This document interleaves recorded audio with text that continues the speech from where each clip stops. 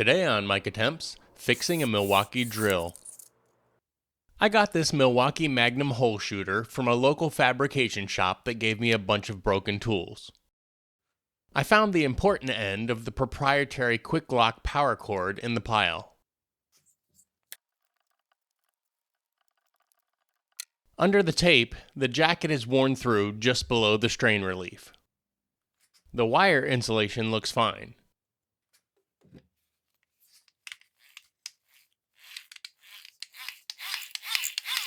It spins and sounds smooth. Let's check the brushes.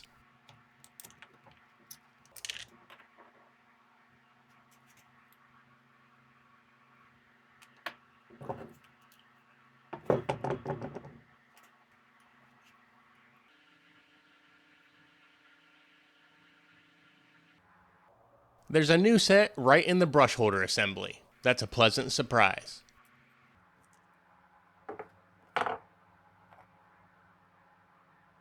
The current brushes are hardly worn. Time to take a peek inside.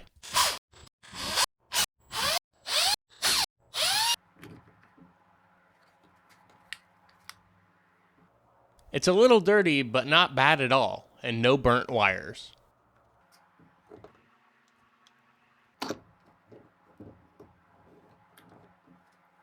The armature's copper wires are nice and shiny.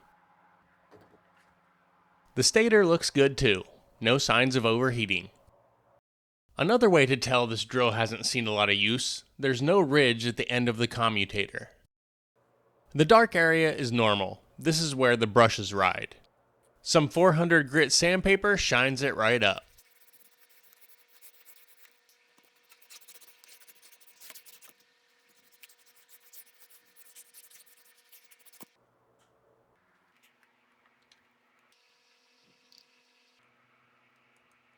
The gears are in great condition and the grease is clean. Since it's out, we might as well test the armature. First, we'll check to be sure there's no continuity between the commutator and the steel stack. The copper wires run through the stack, but are insulated to prevent an electrical connection between the two. There should also be no continuity to the shaft. Next, with the multimeter set to ohms, we'll do the bar-to-bar test. This measures the resistance between adjacent commutator bars. The reading doesn't really matter, you're just looking for consistent values. If any pair is higher than the others, that indicates a damaged winding. Finally, we'll do the 180-degree test. This measures the resistance between two bars directly across from one another. Again, you want the same reading for each pair. Looks good to me. I cleaned and reinstalled the rubber bearing cup before reinserting the armature.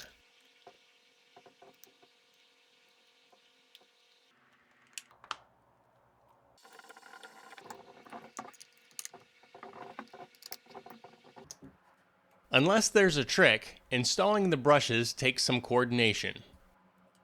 They both need to be pressed and held into their spring-loaded holders, carefully lowered, and popped into place. I'm so good, got them on my first try. Just kidding.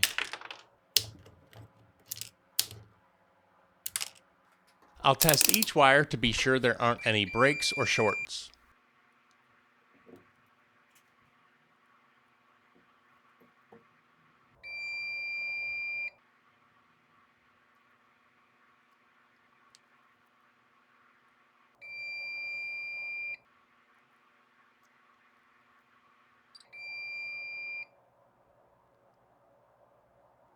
Before going any further, I want to make sure the drill works. I grabbed a spare power cord and connected it with wire nuts. What? It spun for a second, then stopped.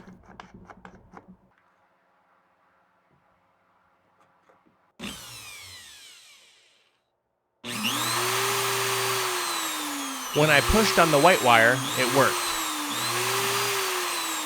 When I pulled, it stopped.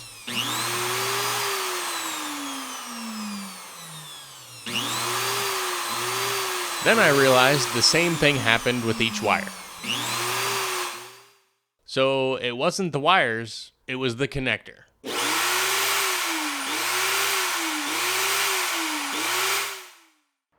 I just don't know if it's the socket or the pins. The cheapest replacement power cord I could find was over $30, and I couldn't guarantee it'd fix the problem. So I decided to make a permanent connection.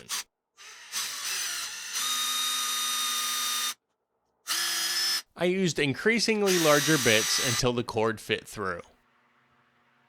I tore enough rubber out of the other end to slip in a strain relief boot.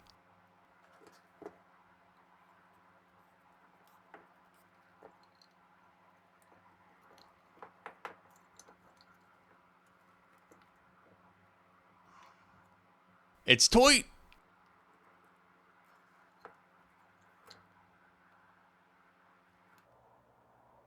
I used a thin flathead screwdriver to push the boot into place.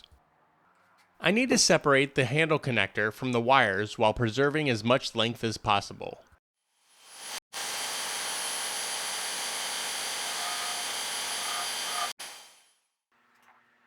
Hey, it's a little copper smiley face.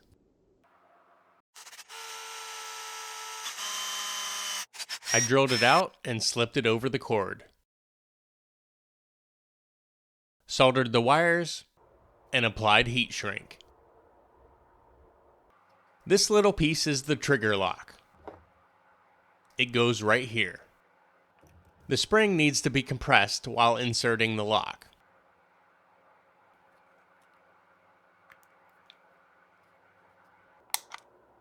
I used 5-minute epoxy to secure the connection.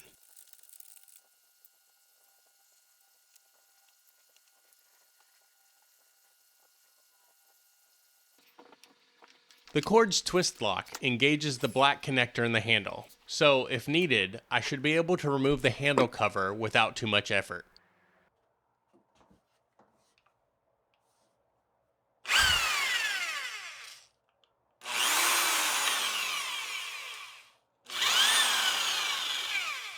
Fixed! Let's test it out.